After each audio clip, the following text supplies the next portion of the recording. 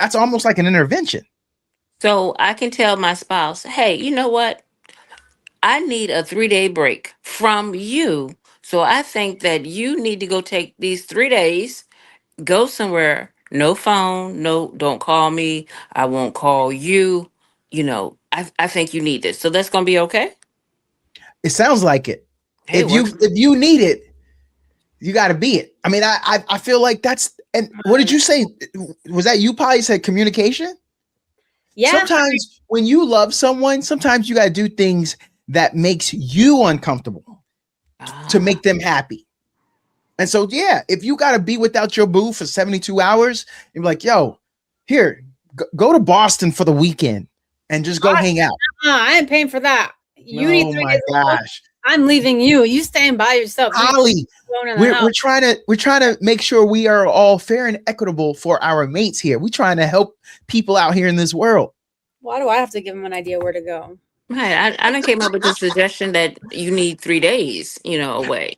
I thought I was being nice by Is there anything better than a trip getting ready? Nope. For a long journey where our podcast released a new epi, searching for a fade fiend, new fixation. Giving this a subscribe is the same sensation. Started with the day ones, they gave us fuel to support the season. Could have been anywhere in the world, but you're here for a reason. Notification bells, text your friends, all to let you know. Check your Bluetooth, connect, talking with Donato. Welcome in, everyone. I named this February finally, season 3, episode 19. But in our pre-production, this sounds like this needs to be fired up. February, February fired up. But we gonna get to it today. We gonna get to it. Give the people what they want. How y'all ladies doing today? It's Hey, February. It's the month of love. yes. Yeah. I don't know. It's the month of love. It's the color red. I'll be like, oh, this is my month. Let's get it started. Yes. Hey, your boy get down with that red. So I was at a soccer tournament with the wife and kids, and I went over to the little cooler. They don't charge to come in to watch the game. Some places do. This one didn't. So I was like, you know what? My kids so far are doing all right, even though it's early in the morning. Let me break these kids off. So I get little blow pops. I get them red. I go over to the cooler to get me something to drink. I get a Gatorade. It's red. Red. And as soon as we sit down, what she said, you got that red, don't you? Ladies, is it no longer a flavor as long as it's red? Red can be so many flavors, though. That's the problem. True. It's like if it's yellow, if it's not lemonade, like if it's a Gatorade and I say it's yellow, it's probably lime. It's that lemon Okay. lime. What else is yellow? Orange is a fruit. Mango. But that's not your basic. Like you have to think basic. What are people? What Gatorades are? Because they have like Arctic things. But what are the standard Gatorade colors going to be? Right? It's going to be that red, that white, that orange, That yellow. blue. Yeah, I get that purple. Yeah, I get that purple. Yeah. I don't see it as often. Like I don't know. I haven't seen it as often. I don't know if it's like not a staple color anymore. Oh, But I will check. It's always grape. Yeah, it's like grape. And then that's a standard. But then they have a twist. Like, okay, is it like the light colored blue, the dark blue, or that turquoise blue? But again, you're not gonna see out. You're gonna get like that one color of Gatorade, that blue. And then again with the purple, like it could be great. It's probably grape, but then they have like Arctic frost. I'm like, Yeah. What is that? that's not not a flavor. That's just a different marketing tactic, right? It is. It So is. that the kids feel like they are actually doing something, but they're really not. Because you know what? I got an Arctic frost. Yes. Really, sweetie, calm it down. Yeah. So today I want to get started under the harsh lights and louder judgment. Amy Winehouse stood on stage, overwhelmed, crying as boos echoed from the crowd during what would become her final performance. Ooh. What should have been a night of music instead revealed the brutal cost of fame and public scrutiny on a visibly struggling human being. Ladies, where do audiences and media cross the line between being spectators and being responsible for the harm done to artists in moments like this? I think you guys have seen it. Yeah, you guys have gone to sporting events too. Mhm. just like me. And I'm not going to go back and edit that out. I started reading it and yeah, I made a mistake. We can boo or we can understand we're human.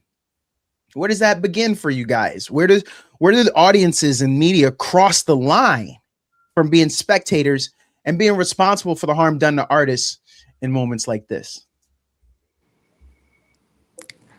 Well, I'm going to take it back to one of the with Princess Diana. Mm-hmm. She was world loved and everything, but because she was such a public figure, they wanted to know every millisecond about her. Every time she came out, the camera was there. She couldn't even go on a date, and then with the media chasing her, created the accident that unfortunately took her life. That is ridiculous. There should be parents can't even come out and take their children to school because the media is right there. We don't want our children, everybody doesn't want their children seen by everybody, or having to go through people popping up behind bushes or cars or something. That is traumatic on children, let alone the parent, because that puts the parent in another mode. You have people that stalk, those that are in the public eye. So that line that is being crossed, it's not even a line anymore. They're just doing it now. DL, nowadays, when you go to a sporting event, told you I was at that little soccer tournament. Mm-hmm. Every parent's got their phone out and trying to get it. And it does block some of the view for those of us who are behind you or to the side of you, depending on the angle of the action. Everyone wants their moment, DL. Back then in the 80s and 90s, and even now, 30, 40 years later, when it comes to paparazzi. And so my question, DL, is, do you think that we can actually give like a paparazzi hours? You can only take photos of people Monday through Friday, 8 to 5, and anything outside that is offline. So I don't believe we can do that. But when I think of that, I also say, I hear you, DL. This is your job in paparazzi. You get paid good money, maybe $500 per usable photograph. That's a lot of money. Mm-hmm. So you go out and you get Polly Pockets. Now I ain't get my $500 today yet. I'm glad you woke up earlier than me, or you weren't stuck in LA traffic. Sorry, Polly spends most of her time. She's San Diego. So you got there and you got her before me. But now it's my turn. And just because you did it at 11 o'clock and she's like, oh, good, maybe I'm done with paparazzi for the day. Because I don't get to Polly till like 2 o'clock.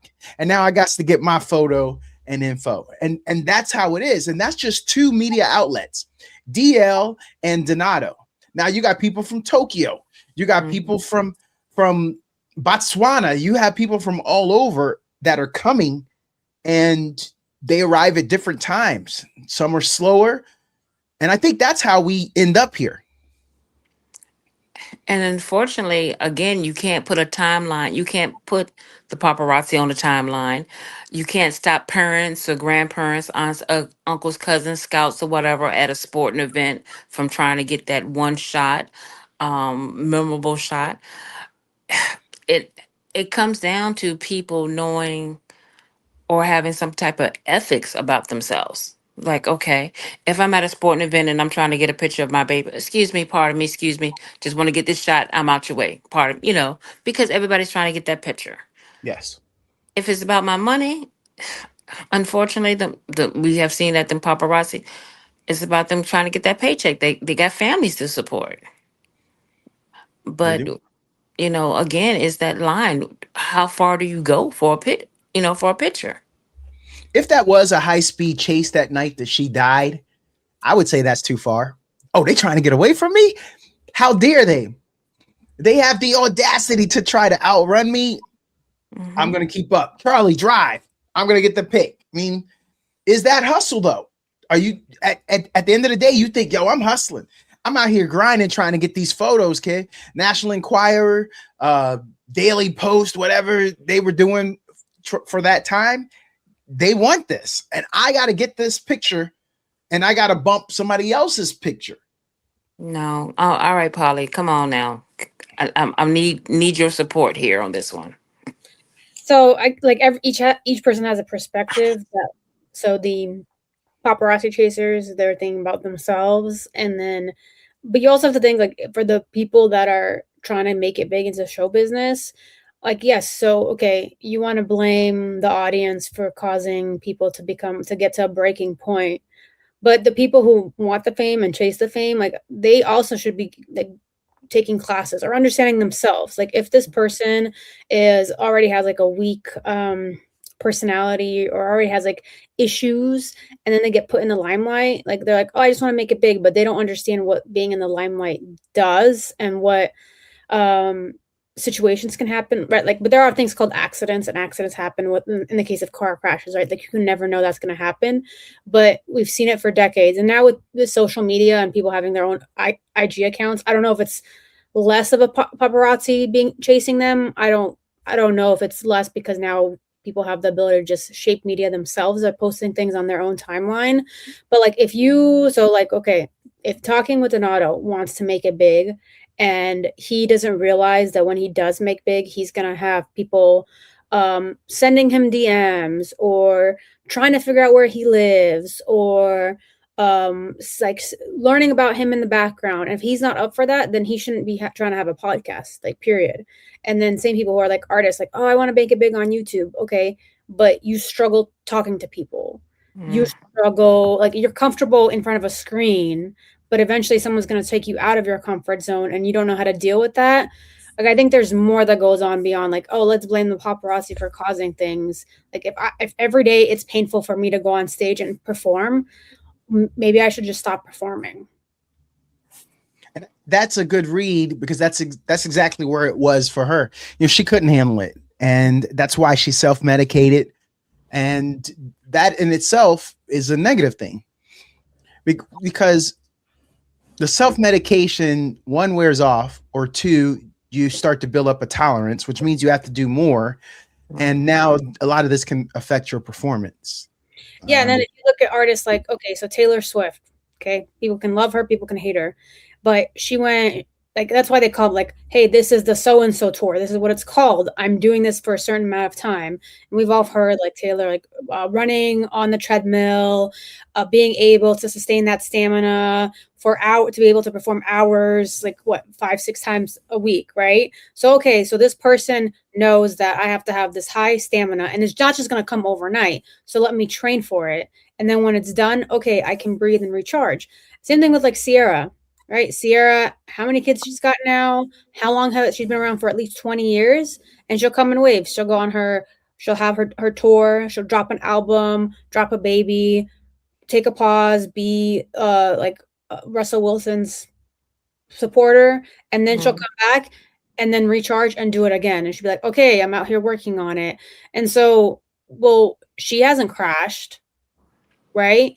So, but she's just as popular as some of the others who have crashed, right? Like take them popularity, compared into different genres. So, okay, so what is she doing? Is it because we're not going to say they were born this way. Like maybe her upbringing was different than somebody else's who felt like, I can't do this. This is too much. But then at the same time, like if you take those backgrounds out, like they all wanted eventually to get popular, or they had this talent and they wanted to capitalize off it. Like, so we're going to say Amy Winehouse had enough money to find support, right? To be like, hey, I need like a trainer to help me with this. I need, this. So then it's like, why couldn't not just her, but other people in similar situations? Like, why couldn't they feel like they could speak up? And we always hear like artists, like they didn't have support. They didn't have help. They didn't have close family. And they say like, once you make a top, it's lonely. Fine. But then let's pivot and look at some of the other artists that, I mean, I'm sure you all have ideas of who we can bring from examples. Like, so why can they handle it? Why have they thrived, continue thriving? Or why some people just decide like, you know what, I'm good. I've done it. I've been there. And now I just want to pivot, and that's it. I really like this topic, and I know we could eat a little bit more off of it. We may have to bring it back up. I'll say one last thing, no matter what you guys say. This will be my last thing. A lot of people don't have self-introspection. A lot of people don't have that analysis. Even in our normal lives. And so what makes us think that superstars are going to do it? Yes, they have the money and the means, but they also have a lot of responsibility. Taylor can't be playing Minecraft if she's supposed to do her daily jogs on the treadmill, working on her stamina. And you got to run those lyrics. That's a second maybe session during the day, plus press, pictures, appearances. Then you got to say, okay, but what is that talking about us normal people? Yo, how many of y'all know somebody that either needs to lose weight and don't go talk to a personal trainer? How many people y'all know are in a relationship or marriage, it sucks, and don't go talk to their preacher for marriage counseling? As far as I know, that'll be free. You just got to get on their docket, get on the calendar and talk to somebody, but you ain't trying to really fix it. You want to come home and deal with even more drama and just keep going at it in life, especially for your Facebook posts or your friends. So you can be like, man, my man ain't nothing. My woman is crap. Or those give you the reasons to go cheat on somebody. I know I've done that before. I cheated and I was looking for a reason. I was like, man, she garbage. And then wham. And then that's where it is. So I think a lot of people sometimes can find out things to better themselves, but they ain't trying to seek that out. Truth hurts sometimes. True, but you also have to, with like artists, right? So they've done, you can compare them to normal people, but you can't, because they've done things that normal people haven't, right? They put themselves out there more. Whether it was by luck, they did something else that like a normal person didn't. Same thing about all these NFL players, right? Why do you have some more successful that's like, okay, you know, let's say Tom Brady, let's think the Manning brothers, right? Like they were able to survive in the NFL relatively like major drama free, let's put it that way. You know, Deflategate was its own thing. But then you have other people who are still in the NFL, but they cut their career short. They do, like, let's say they get involved with a lot of domestic violence situations. They like gun issues. They're in the wrong place at the wrong time. They're like with the wrong crowds. And it's like, but at the end of the day, they all did something to warrant themselves to be worthy of the NFL. Artists, they did something that got them to where they are. Their people know them. Regular people, some of them may want to be there, but they haven't done it. So I expect a little bit less out of regular people, only because they're still either they, yes, they don't, and everybody doesn't have a lot of introspection as it is, but they haven't done that next level step. That's why people get mad at people who are CEOs and all that stuff. Like, yes, unless somebody handed them the job, but for those people who worked hard, they did sacrifice. It's like, okay, why, you know, got all these extra certificates. I got these degrees. Oh, degrees don't matter. Okay, but they had to do something to set themselves apart from other people instead of just complaining about it. So, you know, we can be mad at all these people like, oh, they have it so good, but we don't, they all did something that the average person sitting and just like moping around hasn't tried to do for themselves. I hate a lady with a cobblestone brick fireplace and 30-foot ceilings and a bookcase over her left shoulder. You know, I mean, about the rest of us. So I agree with you there. I said, don't forget her classic piano that, you know, sits over in the corner. There's a classic piano back there too. But sit in a different part of the room. After nearly 30 years, Eve has finally received a Grammy for her uncredited contribution to the Roots 1999 hit You Got Me, correcting an oversight from the original 2000 award. This marks her second Grammy following her 2002 win with Gwen Stefani. How do you think delayed recognition like this impacts an artist's legacy? And does it ever truly make up for being overlooked at the time? I don't think it makes up for being overlooked at the time, but you're talking about legacy, right? So for the generations that maybe are now discovering Eve because of their young age, or, you know, she's being popular, like this is being in the news. So again, people scrolling TikTok, whatever social media, and it's popping up. They're like, I don't know who this is because I wasn't born during that time. I didn't get to enjoy it. So when they look at it, they're not going to necessarily focus on the controversy of what happened because that wasn't a lived experience for them. But her legacy will still remain because at least at the end of the day, in like 2 decades from now, they'll be like, oh, Eve, 2-time Grammy award winning, blah, blah, blah, for these songs. And people can be like, Oh, okay. I've heard these by virtue of whatever. So it doesn't make up for everything that went on in the last at that time. And maybe whenever she did get over it, if you can really get over something like that, or maybe not get over, but move forward. But it doesn't fix like her personal experience of not feeling like she didn't get what she should have gotten. But going forward, it does leave that legacy. And because I'm about to say that recognition is recognition. Whether or not it's you get it at the time that you should have received it, at the time that it happened, or now, unfortunately, she's waiting, what you said, 20 years later? 25. 25 years later. Now she's at a different stage in her life. Eve is now married. She has a child or children going on. So now she has that maturity about her, that she can have a new aspect, a new love of it, that she has more that can share with it. Because again, like Polly was saying, there's a whole generation that did not know who she was at first, but now again, they know who she is. So imagine, her receiving it now. Yeah, I might be in my feelings that yeah, I should have received it back then. But you know what? You corrected it, you fixed it. Hey, thank you. I can still enjoy it.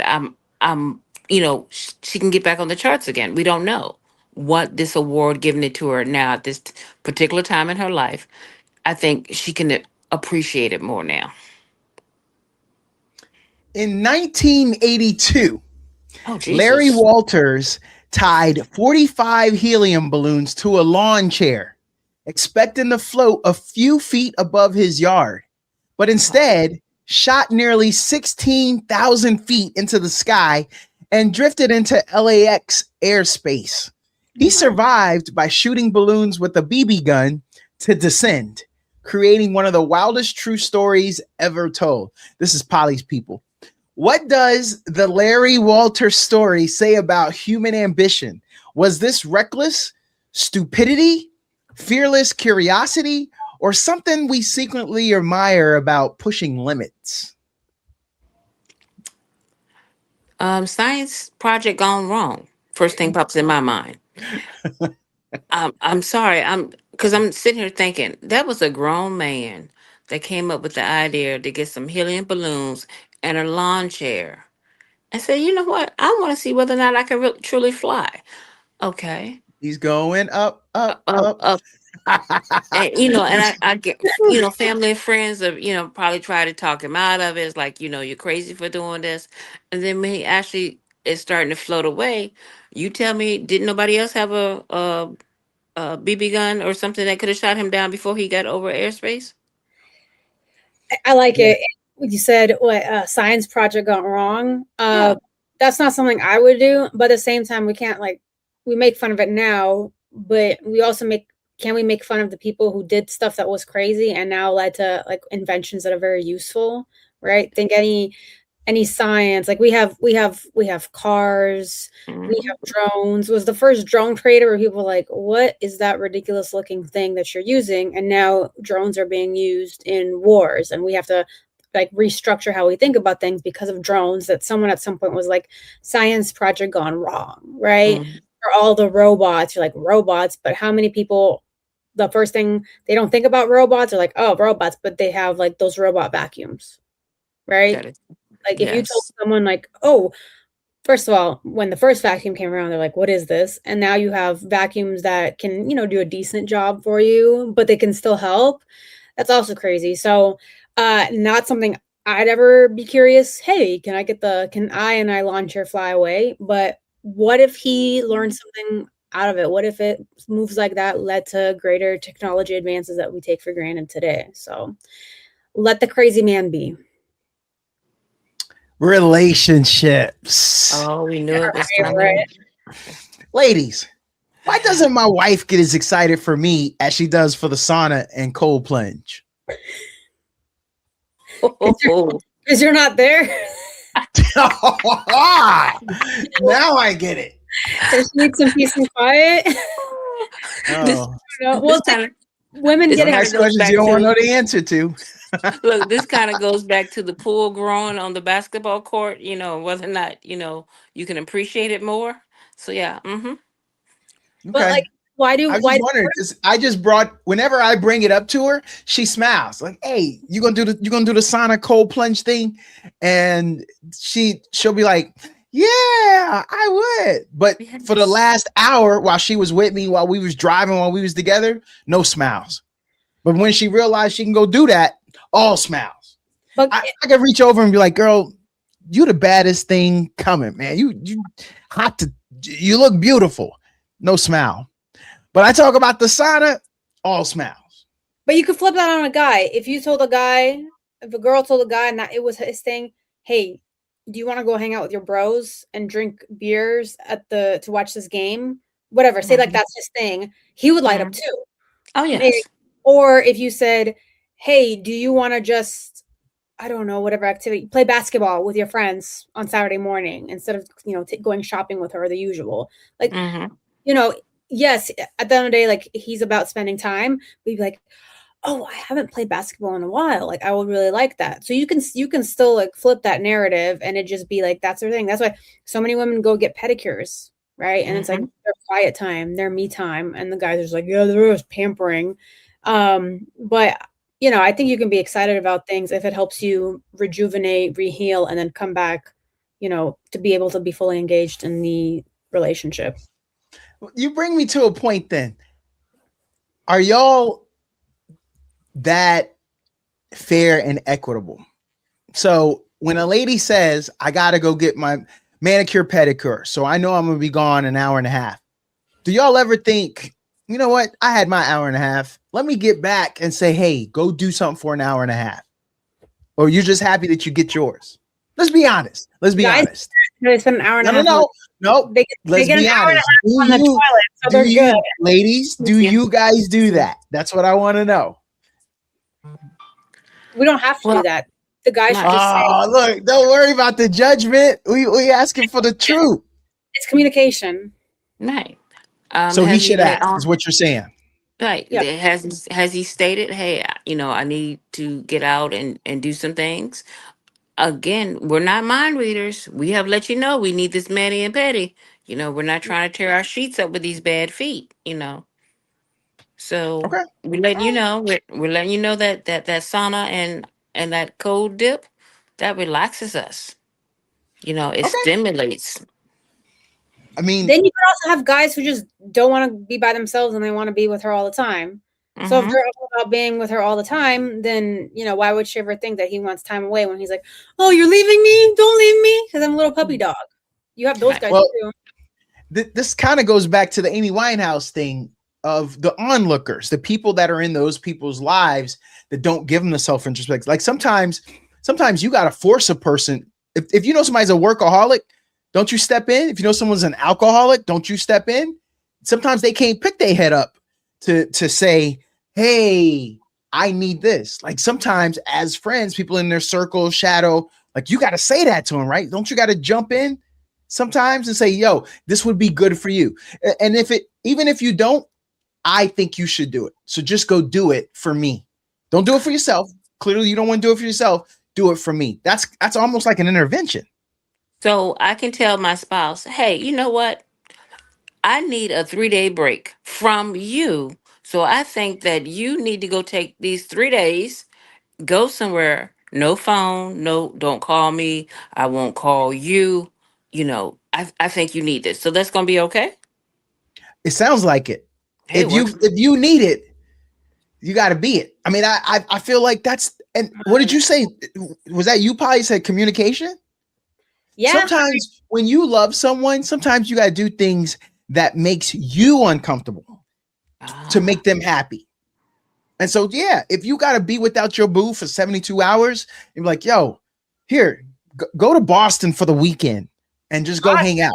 I ain't paying for that. You need 3 days. Oh my gosh. I'm leaving you. You staying by yourself. Holly, we're trying to make sure we are all fair and equitable for our mates here. We're trying to help people out here in this world. Why do I have to give them an idea where to go? Right. I done came up with the suggestion that you need 3 days, away. I thought I was being nice by saying Boston. I wanted to say MIA, but I thought y'all at first it'd be a whole lot of you can't go to Miami. You know, MIA stands for a whole lot of things. Just remember that. I mean, let me see. My wife told me Miami. I think I'd be good. I got a cousin down there. There was a guy I met at a tennis tournament, but he'll never text me back. So hey boo, I'm going to Miami tomorrow. We out. Sorry, I'm leaving tomorrow. That's how y'all do it. Why not? You said communicate. Be honest. I'm out. Yeah, I gave notice. Anybody got deals on flights? Leaving time now. I'm here for them. Well, Southwest done changed. You know, it's assigned seating now, so I think they might even start charging a little bit more now. I'm looking for a sponsor. I didn't say Southwest. I need somebody to sponsor my flight. I'll wear your apparel everywhere I go. You'll take Spirit? She hesitated. Actors can't be choosers. As long as I get back in there and back. Meta CEO Mark Zuckerberg has quietly spent about $110 million buying up 11 residential properties in Palo Alto. That's out where Polly is from, DL. To assemble a massive private compound. Ongoing construction has angered neighbors who feel boxed in, especially after Zuckerberg gifted them noise-canceling headphones. Gangsta move. A move many saw as a not-so-subtle message. So, ladies, at what point does extreme wealth stop being a private property rights and start reshaping or bullying a community around it? So are they in the same community, or it's like their neighbor? Yes. These are neighbors in that private little residential area in Palo Alto. So they're mad that all the new construction is his. Not that it's new construction, but that it's his.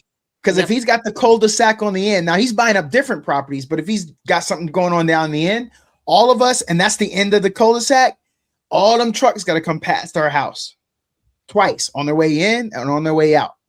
I don't see how that's any. I think they're just mad because it's Mark Zuckerberg and he bought 11 homes. But how is that different from your neighbor who decides that my 1980s house, I buy it and then I want to make it modern and 2026 standards? How is that different? People will always complain about that. Yo, Polly, when I lived in Texas, at one point the area I lived in was the fastest growing in America. Okay. And all the people who lived there before me started complaining because of all the new construction and all the new people moving in. Yeah. And I feel like it's the same thing. When you lived in that compound in Palo Alto, you have no control over what your neighbors do. Yeah. So if DL has been my long neighbor and Polly, you want to get into the neighborhood, but I don't like you and I wouldn't want you to live near me, you make DL an offer she can't refuse. You just bought her property and now you're my neighbor. And then you go get another neighbor and another neighbor.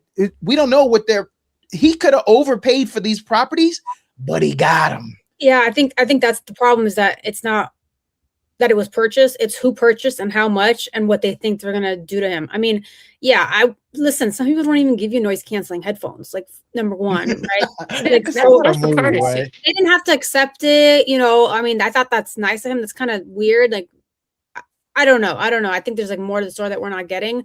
But I've lived places where I go somewhere, I was like, oh, cool. Like, there's nobody here. There's trees nearby. And then like a year or 2 years later, they start building houses. And like, I get annoyed because like, oh, I had this, like, I didn't have anything in my backyard. Like, if I looked out, it was just my backyard and trees. But then that's also my fault for not asking the right questions, right? If I bought the house and I was like, oh, there's all this construction in this area, but I'm also like phase 2, you know, like when you live somewhere and you're like phase 2, if you're ever buying something and then you're a phase, you might not be the last phase. So like those people got it. They moved there. I'm going to assume they moved there. Maybe they were the first ones or the early ones and they saw land. But I think at this point where we are in the world where people just, we want more property. I don't want to say we don't have enough property, but we want more. Like there's people who own like 10 homes and they want more. That is what it is. That's where we live when we have the land to build, and everybody has their own decisions that they make. But it is what it is. Like, that's the same way that people complain about Hollywood, how it was in the 1990s, and how it's not like that, like how it is today, or how New York back in this borough used to be like this, and now it's like that. It's like, okay, so you want the past, then you don't need your iPhones either, right? Like, what are we doing here? So I think it's more so that the fact that I know who bought it, and I mean, with the compound, is it going to be, maybe it's going to be homes for like people who work for him. That's I see this, and I'm going along the lines of what you just ended with, Polly. So you got there before I could get there, but now I got to get there. When you have the amount of wealth that he has, this is 110 million presently. It doesn't mean he's done, but he's a billionaire. So this is a drop in the bucket. So when you think about it, I got family. His wife's got family and friends. When you have opportunity, your life is different. So you ain't got to go to work. So when I say, yo, DL, bring your family, y'all come stay out. No, I'm not putting you in a hotel. That's drama. And if you're in a hotel, DL, you got to deal with paparazzi because people know you my ace boom coon. But I can be like, yo, I got an extra house out here on the compound. So I got you. Do you want the one that's got the 5 bedrooms and a pool, or you want the one with the basketball court? Because if you get here first before Polly and her family, that's the one you get, and then they'll get the other one. And we'll just golf cart you in to the main house. I get it, and I understand it. Especially isn't this what we always talk about? If I win $1 billion, I'm gonna take care of my people and around. Get your mama out on the crib, or maybe your good uncle raised you. So that's 2 people that you got to go do. The compound is where it's at because you control the narrative. You control the access. I get it. Yo, Mark, do your thing. I don't see eye to eye with Mark on everything, but I see what he's doing here. But see, now I'm looking at the neighbors. Are the neighbors mad because he got the idea first to build a as you say, a compound of family and friends, that they didn't put their money together and do it for their family and friends? Because again, that land had been sitting there and he saw it as prime real estate. So, DL, would you get mad that 10 families left the neighborhood now? People maybe you've known, like Polly said, maybe we got here first, but the Jenkins don't live here no more, and the Robinsons, and the Williamses, and the Washingtons, and the Svetkovs, and the Ingrams, and the Donnianians, and the Pollyannians, and DL. I'm purposely doing this because that's only 8 families. There's 3 more families that have to leave. And so when that HOA, just as an example, goes away, the amount of people that come to the pool go away. And we're upset about that, right? Some of us are holding the line. I ain't gonna never sell this property. Okay, well, that was your mistake because your little 1 million property, he would have paid you 5 million for it, and you should take it. Like, but you're talking about what happened in after the pandemic, right? Like, people, there's so many neighborhoods where people up and left because they realized, oh, I paid $200,000 for this house and I can now get $700,000 for it and go move to a different state. A lot of people did that because I also met people who are very upset that, oh, all these new families moved in and they're like not like the old families, but nothing is forcing them to stay, right? Like, we always like, oh, we buy this, we want, so we have this dream. It's like the American dream is like owning a home. Okay, but do your kids really want to inherit a 40-year-old house? Like, think about it. What are they going to do with a 40-year-old house that has plumbing issues that you've been hiding for years? So again, if they could have made the decision to get more money, and if they didn't because they were like, I'm very comfortable with the school districts, I don't like moving, I mean, that's on them. I don't feel bad for anybody, because if my 10 neighbors leave right away, that's not my life, that's not my problem. Like, if I was friends with them, like, yeah, that sucks, but guess what, we can still keep texting, we can find ways to keep in touch if that truly was a friendship and not just a thing of convenience. So I don't feel bad for people who are like, oh, my friend, like, what happens when you go to college, what happens when you graduate high school? You either leave your town or you stay in your town. And the people who stay in the town, they're like, oh yeah, remember when this, and it's nice to be nostalgic. By the end of the day, like, nothing stays the same forever.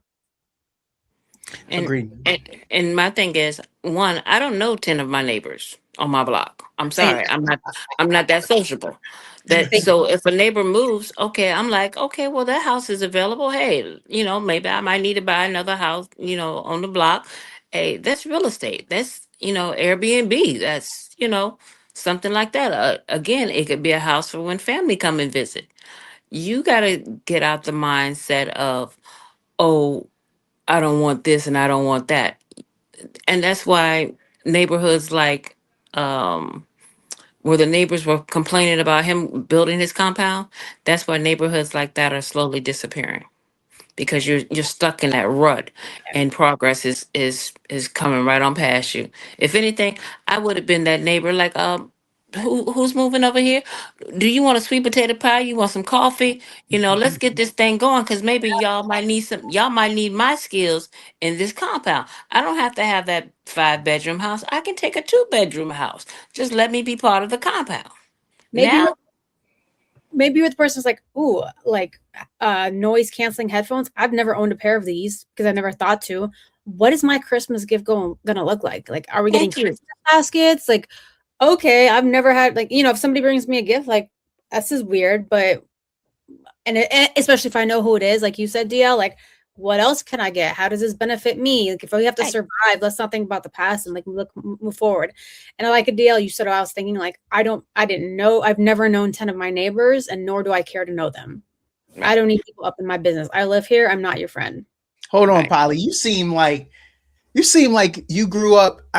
I'm gonna date myself, but I'm talking to DL right now. Yo, DL, Three's Company was filmed. That was supposed to be San Diego. In fact, that was the San Diego Zoo that they were doing there. So she's San Diego. Something tells me Polly grew up in a cute little place like Three's Company, some iCarly Hannah Montana thing. And are you trying to tell me you and your mama didn't know 10 people, Polly? I'm gonna challenge some culture here. I think that you have to frame the question differently. We're talking about homes. Right. If people live in Homeowners. apartment complexes, that's a different story. Because in apartment complexes, you can't piss off your neighbors because they're to the right to the left. They're going to blast their music. They're up below, so you have to be nice, not because you like them. And this is different. This is just like that's like apartment politics. Town. If you're in a townhome or you're connected to your walls or people, whatever they're called nowadays, like that's different. You have to be cordial. But if it's a freestanding home, which is what I'm thinking about within this compound, then don't bother me, right? If my fence is broken and we share a fence, we could talk about it. If you throw a ball over my fence, don't throw balls into my fence. Or my backyard, we have a different issue. But what I do, it doesn't matter. What I do to my house, whether I want to power wash it every Sunday, whether I don't want to power wash it, whether I want to use my garage as a gym as opposed to storage, like that's my business. And I don't need to get to know you because like that's you, that's me. Aside from living here, we don't have any common interests. Probably. Polly, you make me realize that even with money gives you opportunity. Maybe he didn't like a lot of the neighbors in that neighborhood. Maybe he had, because you made me think of some Karens. There's some Karens that's complaining about everything that he was doing in his first little plot of land.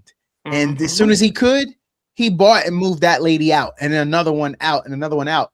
But even still, when you're working from home, that means you ain't got to get in the car and drive nowhere. No. Maybe you get in a golf cart, but he could have a whole house that he bought and turn that into an office building. I mean, he could take all his meetings at that place, which was a golf cart drive, and it's set up the way he wants, and he doesn't have to rent office space because he's a big dog. I'm getting back to our previous topic.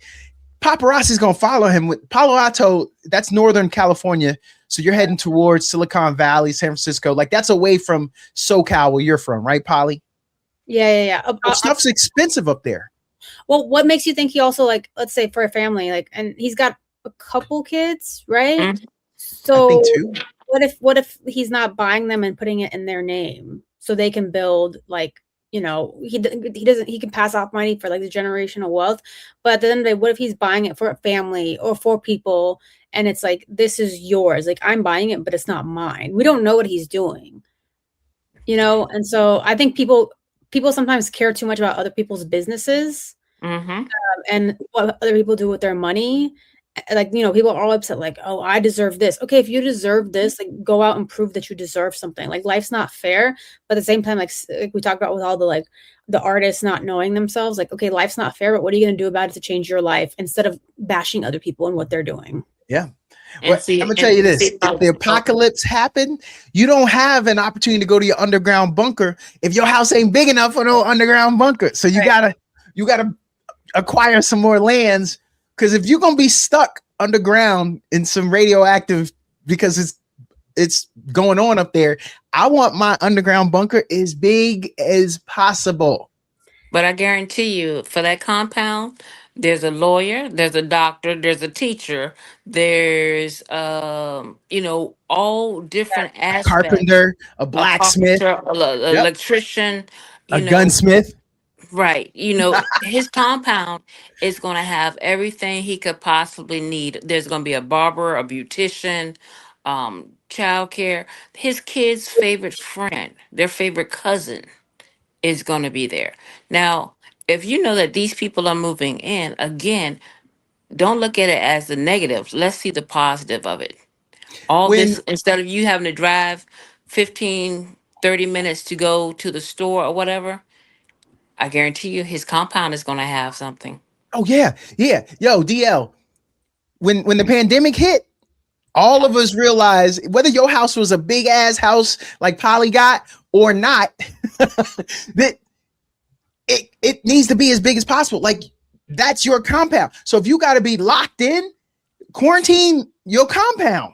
Yes. But that means you got a community. And then we gonna go back to our own damn houses, but we have a community, unlike the rest of us who just lived in a house with 5 or 6 people, including all your kids and dogs. But that's different. Like, you've got a compound, you've got a vineyard, you've got some, a farm, because that's another thing. He's got a farmer on that compound. It doesn't have to be a big plot of land that they farm and cultivate, but it's enough to sustain. We're growing some wheat over here, some rice over here, But we're also talking about, like, people, billionaires, and like, what do they do with their money when they're gone? So he's actively doing something with his money. And then think about it, he's also employing people at the end of the day, right? Like, he has to maintain it. So the people who are working it are probably not complaining about it. They could complain about that he's like, maybe he's crappy, or he's not giving them the benefits that they want. But whatever reason, like, maybe they couldn't have had a job elsewhere. Like, we're all going to complain about jobs, but at the end of the day, like, they still choose to showing up because they know, like, if not me, then somebody else can do it. And at least this way, I'll have employment for the foreseeable future. He ain't going bankrupt anytime soon, right? He's not going to lose all that money. So, you guys know anything about Birkin bags? Yes. There's a symbol. This controversy that's going on right now about Birkin, it isn't about privacy. It's about demand control. By gatekeeping access to the Birkin, Hermes preserves scarcity, protects pricing power, and turns a handbag into a lever of distribution control that is there rather than a retail product. That's what he's doing. So the question is, at what point does luxury shift from selling a product to controlling access? And are we okay with brands deciding who gets to buy?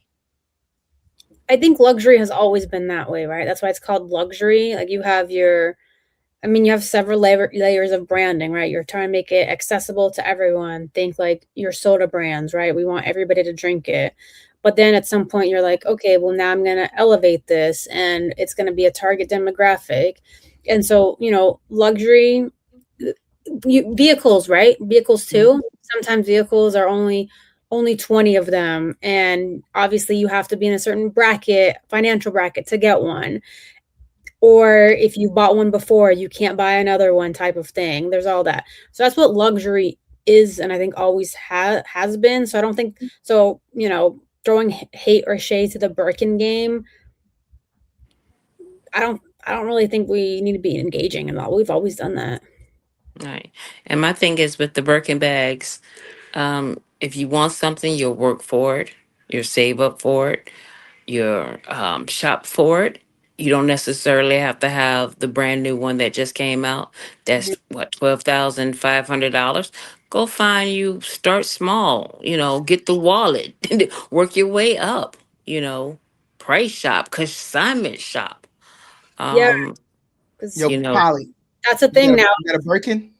I can't say I've ever wanted one. I do have a couple of, bags that I like. And for me, like those pieces are definitely nowhere near the 12.5 price tag. But for me, like, you know what? I like them. I wear them. They go with this. But people like nowadays, people go look for the vintage stuff. So back in the trends in LA were like the Coach shoes, the Coach bags, Mhm. so tiny bags, Dooney Burke, and now people are finding them. And they're like, you know what? Like, I can just get this for whatever Goodwill is selling it for, or consignment shops, and like it's still a Coach product. It's not nowhere near like a Birkin level item, but it's still people are like, okay, well, I have like 10 different Coach purses that I've spent, time in preserving or bringing back to life or investing in. And like, yeah, they would have spent a lot more money getting those items at full price. But for them, Mhm. I like this. I have this. I have this little collection. So like DL said, like just start small with certain things. If it's as simple as like, you know, uh, I'll give you an example. Like I think it's like Dior or YSL. They have like really expensive lipstick and lip gloss. But if you go to somewhere like a Nordstrom Rack, or you go and any product really, you go there and the thing's on sale and you have another coupon, when they're getting this lipstick that could probably cost, I don't know, let's say $80, and you're getting it for $12. Okay. Maybe it's not the current color, but there's nothing wrong with it besides they overproduced it. There was somewhere in excess, and you're like, oh, cool. I have this lipstick that maybe I've seen people wear it somewhere, but I got Mhm. it at a decent price. And as long as you're okay with not having the it thing right away, which I think a lot of people are not okay with, but if you're reasonable about how you look at things and how you spend your money with them, then you can totally have that level of your own luxury, essentially defining your own luxury. Mhm. Just talk to any sneakerhead who has a collection of sneakers and see how they acquired them and if they got them used or brand new. Yeah. No, we will. I think I'm bringing my nephew on. We can talk to him. I went in his closet during Thanksgiving, and Oh. I like clothes. I'm a pretty boy, but I can't say I have a sneaker collection. I'm not a sneaker because I go between boots, and plus I'm a motorcycle rider, and your shifter gets dirty. Like there's a lot of things that you're pretty up until a point. But I do that's the closest person I can think of. I think I got another guy he's played basketball with. We may have to do that. Bring them in for a session, and y'all know I'll have the topics, but we'll add them, and then the three of us have a little conversation with some sneakerheads. Well, see, But look, we ain't giving them a hard time. We just asking questions. no, we're not gonna give them a hard time. But again, I'm a fan of the consignment shops because I hate to say, well, no, don't hate to say. I can brag about found a purse years ago. Did not know what it was. I just knew it was the color that I was looking for. It went with the outfit that I needed it to go with. Ran up on it years later when I realized what the bag was. Yeah. I'm like, yo, I done scored a what? I'm online looking it up. I'm like, people paid what for this? Yeah. Yeah. So whenever I pull it out, then people look, that's right. Mm, Yeah. I I'd like might to not pay think what that you pay for, but recognize what I'm working. I'd like to think that Oh, I'm at that point that when I see things, I like them because I like them. I don't want to be bullied by what everyone else wants. I hope that I want this Cadillac EXT because I saw it, I always liked it, and ooh. then boom. That's why I want to like something. I'm looking up right now on my other monitor. I got this candy red 4-door Cadillac sedan that my wife makes fun of me and says I'm an old head. I'm a cat daddy who wants to drive a Cadillac as his dream car. But yeah, I mean, if money was no option, my dream car is a Bentley. I think I got one up here behind me. But yeah, for something a little more realistic, yeah, that's where I want to go, and that's what I like, not necessarily what everyone else. It doesn't have to be a Lamborghini or Ferrari because everyone chases that. It could just be what I like. I need to go shopping.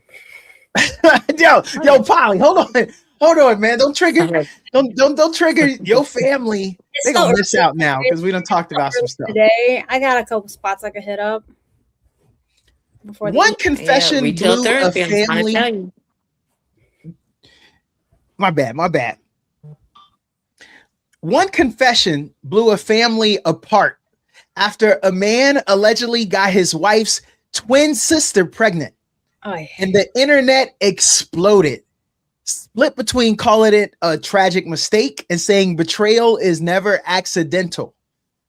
The backlash keeps growing as he stands by his story, tapping into deep fears about trust, boundaries, and how one choice can destroy everything. Ladies, do you believe there's a such thing?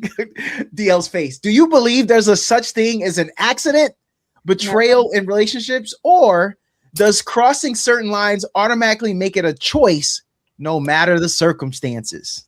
Oh, it was a choice in this situation. You're trying to tell me that he didn't, like, twins are twins, but twins have differences. So you're trying to tell me like there was no way he knew. Nah, he wanted to get both twins, and no, he got both twins. And see, my thing is, again, in your statement, he knew what he was tapping. He knew that wasn't his wife, and the sister didn't speak up. So that tat-a-tat-tat that he was doing, he knew. He Wait a was on minute. a mission. I thought I brought up something the last time, and I told y'all my wife said I got a type. Well, yo, the twin sister, that's my type. So I'm just staying on brand. No, but that's not what we're talking about. Yeah. They was raised in the same house. They got a lot of same ideals, and they probably look a little alike. Well, I'm just trying to. Okay, I have twins that run deep in my family, and again, you can tell a twin apart. So the twin sister knew that wasn't her man. So I'm gonna start with her first. And don't say it was all about the alcohol that she didn't know. No, you knew first off that's not your man. That's your sister's husband. So, and then the husband, again, there are such thing as identicals down to everything, but no, that was all about trying to get a tap in, trying to get another mark on the belt or something else. No, I don't believe that was just accidental. Nope. At the height of Jim Crow, Texas journalist John Howard Griffin darkened his skin and traveled the deep South as a black man, discovering that racism was not abstract, but daily, relentless, and dehumanizing. When he published what he saw, he faced death threats, public hatred, and exile, proof that exposing injustice can be just as dangerous as enduring it. Ladies, what part of John Howard Griffith's story hits you the hardest? And do you think an experiment like that would even be possible or effective today? I think an experiment like that could be possible today, but I think it's still going to be met with the same backlash that he met. Like, how dare you do that and then expose the atrocities that insert whatever group he's trying to show off on? Because the same people who need to hear it are going to be the people who don't want to acknowledge it either way. They don't want to acknowledge what is happening, and they're not going to acknowledge it from someone proving that it's happening. I mean, he's going to have the supporters, but it's going to be the supporters who are going to support him anyway. And I guess my thing is that to colorize the skin, I can't think of the young lady's name that did that, and changed her whole identity because she identified with being black. and come to find out she was not black, came from whole nother ethnic background, but she was able to get away with that lie for years, because again of who she identified with, and then she had to pay the backlash for the lie. Rachel Um, Dolezal. that's it. Yeah. Um, she was in so many groups and everything else because again she had darkened her skin to be a part of that culture. She was at the cookouts. Like she Right. might have coordinated a few of the cookouts. As had them at her house and on her family compound, that she had set up her new life that she had established. No, And I showed my wife the other day, DL, this this this content creator named Drew Ski, and he dressed in whiteface at a NASCAR event and fooled everybody. In yes, fact, he did. he rolled Yes. up on a black dude and was giving a black dude a little problem and even called him boy.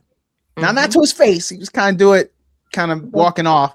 But Yeah. but even at that point, that black dude being at a NASCAR event, sometimes there's a few things I'm sure you let go because of the people you are around with. So even if that guy would have said it to him, things might have been different. But she was Mhm. shocked. That was a genuine reaction to her, and she was like, Yeah. "Oh, that's what he normally looks like. Wow, he sold it. Like that was Yeah. wow." And so I agree. I think it could be possible. And to your point, I don't think it's going to be effective today, Polly, like you said, because we're in the communication age. And so if you are curious about atrocities, you can look that Mhm. up. You can know what's happening, and then that should change you.